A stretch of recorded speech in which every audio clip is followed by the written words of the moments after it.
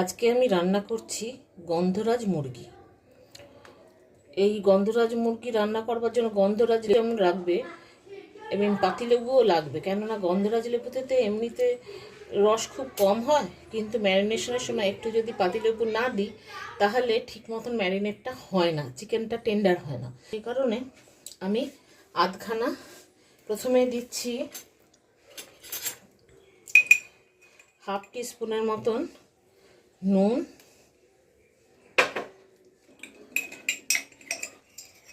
Half টিস্পুনের মতন হলুদ,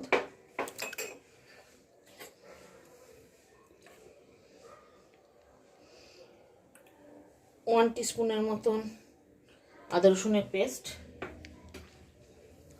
আধখানা পাতিলেবুর রস,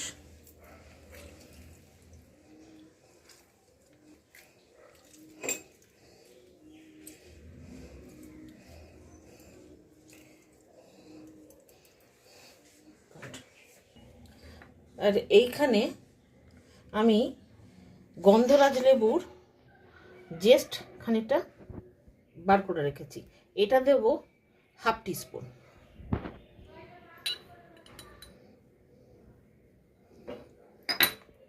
আর এই গন্ধরাজ লেবুর রস সেটা দেব 1 টিস্পুন। এই গন্ধরাজ লেবুর রসটা আবার পরেও কাজে লাগবে। এবার এটাকে আমি আর দেব 1 টেবিল স্পুনের মতন সাদা তেল।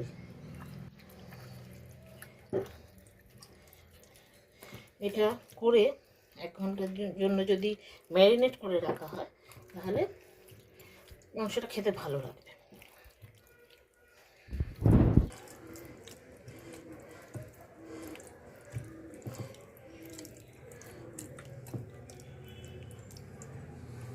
এখানে চিকেনের পরিমাণ আছে কিন্তু 800 গ্রামের মতো। এটা আমি 1 ঘন্টার জন্য ম্যারিনেট করে রাখবো। গ্যাসে কড়াই চাপিয়েছি, এখানে দিচ্ছি মোটামুটি 1 কেজি মাংস আছে, তো এই 800 মতন মাংস আছে, এই 3 টেবিল স্পুনের মতন সাদা তেল দিয়েছি। তাতে 7-8টার মতন লবঙ্গ, 1 ইঞ্চি মতন দারচিনি আর 6টা ছোট এলাচ দিয়ে দিলাম।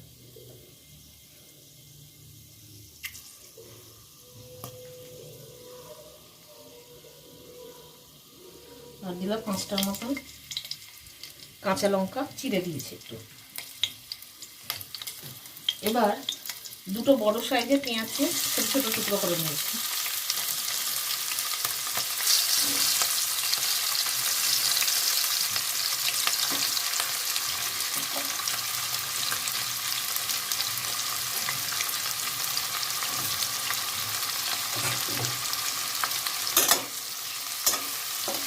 এটাকে আমি হালকা লাল করে ভাজবো।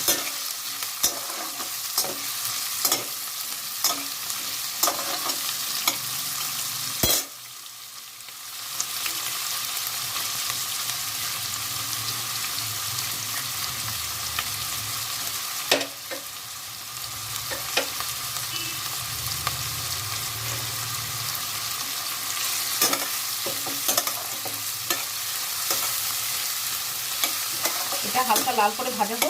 আমি আপনাদের একটা জিনিস দেখাই,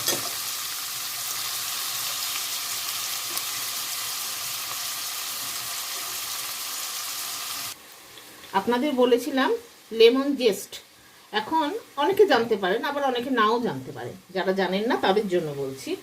লেমন জেস্টটা হচ্ছে এই যে গন্ধরাজ লেবুটা, এটার ওপরের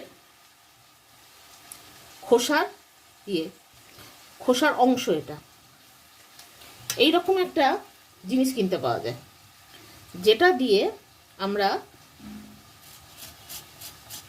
এরকম করে ঘষে ঘষে, ঠিক এর থেকে বেশি কিন্তু চাঁচবো না, এই সাদা অংশটা যেন দেখতে না পাওয়া যায়। সাদা অংশটা যদি পাওয়া যায় তাহলে কি হবে, জিনিসটা তেঁতো হয়ে যাবে, কিন্তু ওপরের এই অংশটা যদি শুধু দিই, গন্ধরাজ লেবুর গন্ধটাই শুধু পাবো, তেঁতো ভাবটা আসবে না।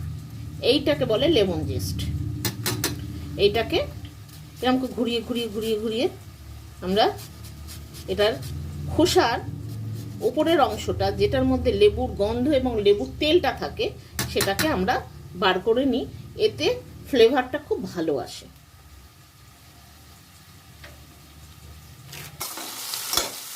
পেঁয়াজটা দেখুন হালকা একটা স্বচ্ছ ভাব চলে আসছে আস্তে আস্তে।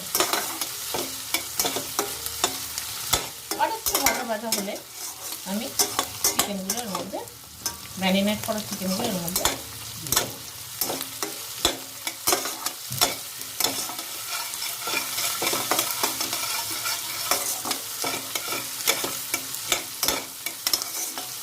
এই সময় এর মধ্যে দিয়ে দেবো 1 টিস্পুনের মতন আদা রসুনের পেস্ট।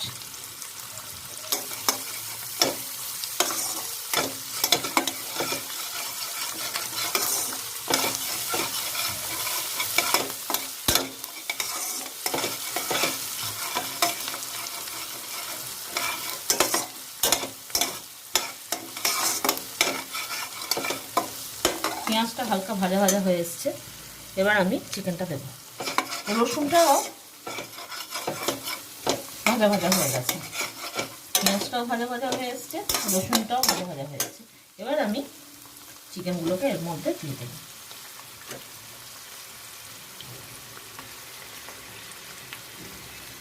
নিয়ে হাই হিটে 5 মিনিটের জন্য রান্না করব।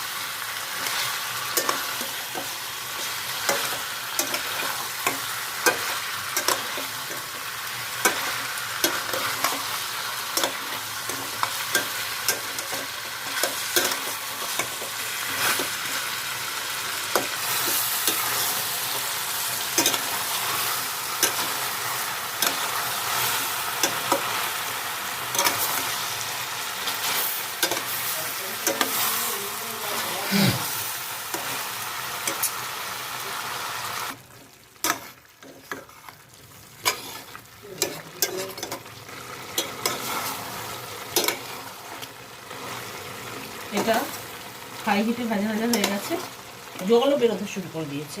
আমি সেজন্য এবারে গ্যাসটাকে একটু কমিয়ে দিলাম। এবার এতে দেব 2 টেবিল স্পুনের মতন লাল লঙ্কা গুঁড়ো। এটা কাশ্মীরি লঙ্কা, এটা ঝাল লঙ্কা নয়। আর দিয়ে দেবো আরও 4টে লঙ্কা, কাঁচা লঙ্কা। এবার এটাকে আমি মিশিয়ে দেবো এবং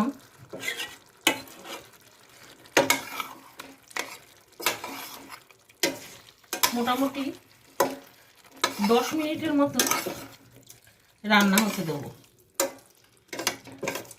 গ্যাসটা মাঝারি করে দিয়ে।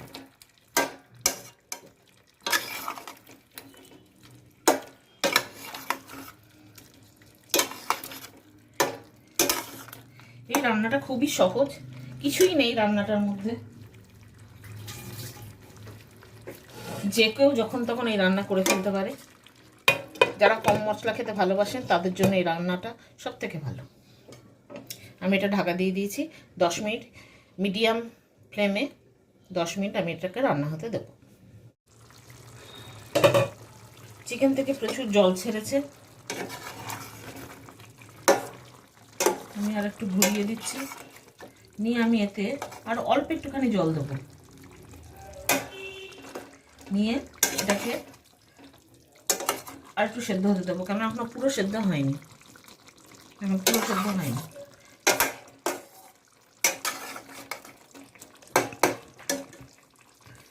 তেল ভাজতে শুরু করেছে, কিন্তু আমি আর একটু জল দেবো, কেন চিকেনটা কোনো পুরোপুরি সেদ্ধ হয়নি। চিকেনটা পুরোপুরি সেদ্ধ হয়ে যাবে এবং তেলটাও বেরিয়ে আসবে, গা মাখা মাখা হয়ে যাবে। জলটা কিন্তু দেবো গরম জল। কোনো রান্নাতেই গরম জল দিলে জিনিসটা ভালো হয়। নিয়ে আমি এটাকে আবার আরও 4টে কাঁচা লঙ্কা দিয়ে দিলাম।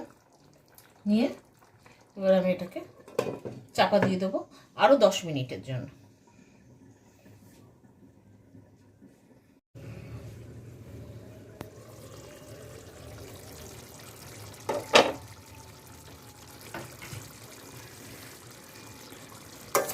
মাংসগুলো সেদ্ধ হয়ে গেছে এবং তেলও বেরিয়ে এসছে। এবার আমি গ্যাসটাকে নিভিয়ে দেবো। গ্যাস নিভিয়ে দেওয়ার পর আমি এতে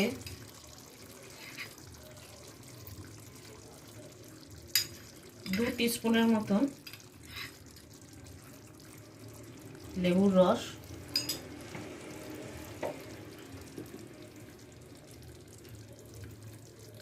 আর লেমন জেস্টটা এর মধ্যে দিয়ে দেবো। পুরো লেমন জেস্টটাই দিয়ে দেবো। মোটামুটি লেমন জেস্ট ছিল 1.5 টিস্পুনের মতো। নিয়ে এটাকে খানিকটা নেড়ে দেবো।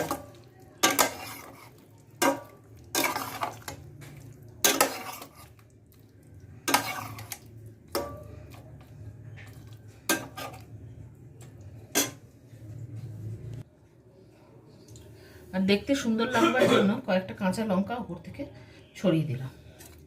নিয়ে এটাকে ঢাকা দিয়ে দেবো যাতে ওই গন্ধটা এর মধ্যে খানিকক্ষণের জন্য থাকে।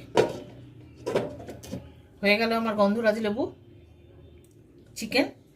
আর এইটা খেতে সাদা ভাতের সাথে খেতেই সবথেকে বেশি ভালো লাগে। রেসিপিটা কেমন লাগলো সেটা অবশ্যই কমেন্ট করে জানাবেন। যদি ভালো লাগে তবে প্লিজ একটা লাইক করে দেবেন। নতুন বন্ধু যারা এই ভিডিওটা দেখছেন তাদের যদি এই রেসিপিটা ভালো লাগে তাহলে এরকম আরও অনেক সহজ রেসিপি পাওয়ার জন্য আমার এই চ্যানেলটা সাবস্ক্রাইব করে দেবেন। যারাই সাবস্ক্রাইব করলেন সাথে সাথে তারা বেল আইকনটা প্রেস করতে ভুলবেন না। বেল আইকন প্রেস করা থাকলে নেক্সট ভিডিও আপলোড করলেই আপনার কাছে সঙ্গে সঙ্গে নোটিফিকেশান চলে যাবে, আর আপনি কোনো রেসিপি মিসও করবেন না। আজ তাহলে আসি, ভালো থাকবেন। আবার আসবো নতুন কোনো রেসিপি নিয়ে।